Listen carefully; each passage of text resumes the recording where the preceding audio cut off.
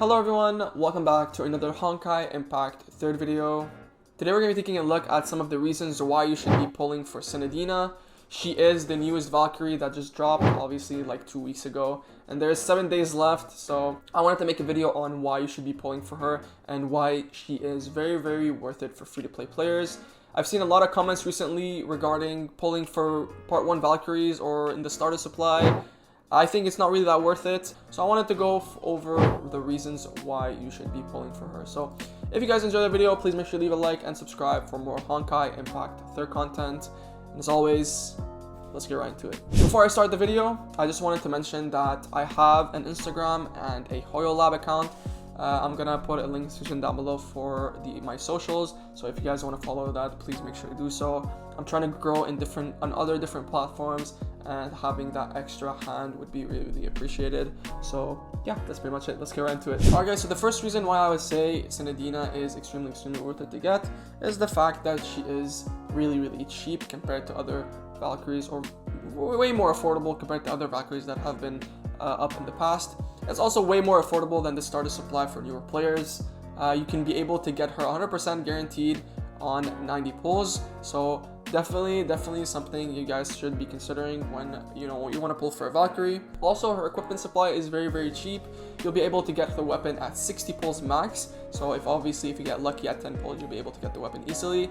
And her stigmatas are actually free in the foundry, so if you go to the supply foundry and if you go to stigmatas, you'll see here that they are actually craftable in the foundry by getting source prisms as well as aether fuels.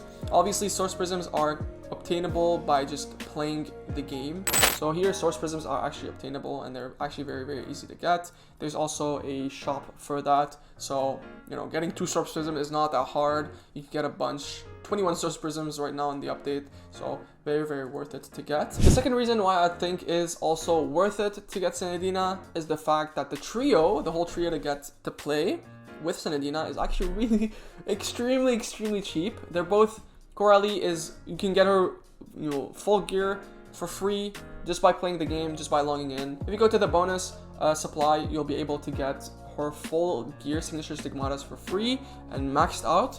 And her weapon is also obtainable just by playing the first part of chapter 1. You'll be able to get the weapon for free as well.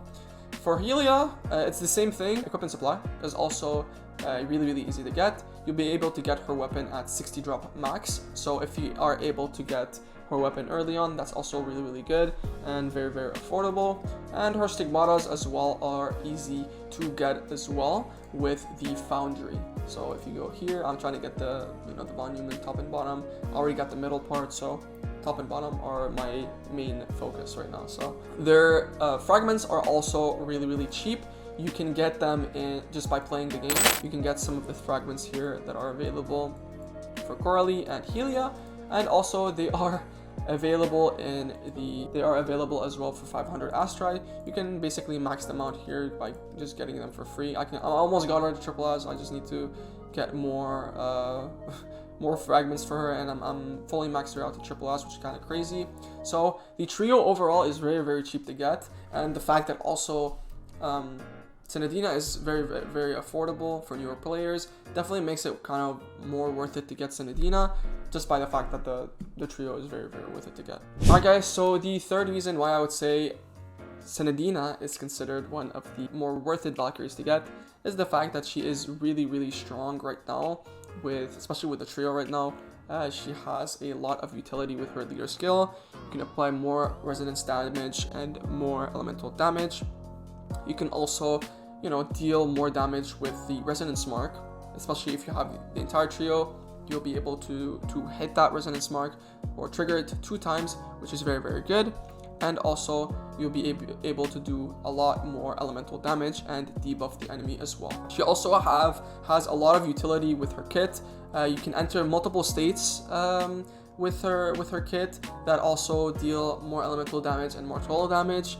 And obviously her stellar outburst is absolutely broken.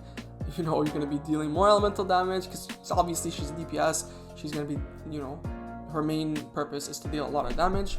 But also, she has elemental breach, which is crazy.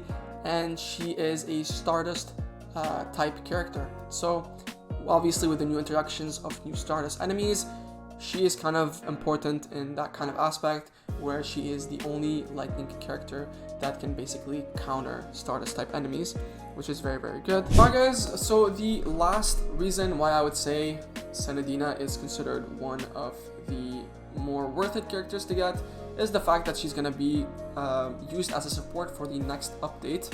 Obviously with the new introduction of Telema, she's going to be acting as an off-field support. So with, you know, her stigmatas being available, there's actually a secret locked effect that you can't activate right now that is going to be, you know, activated in the next update.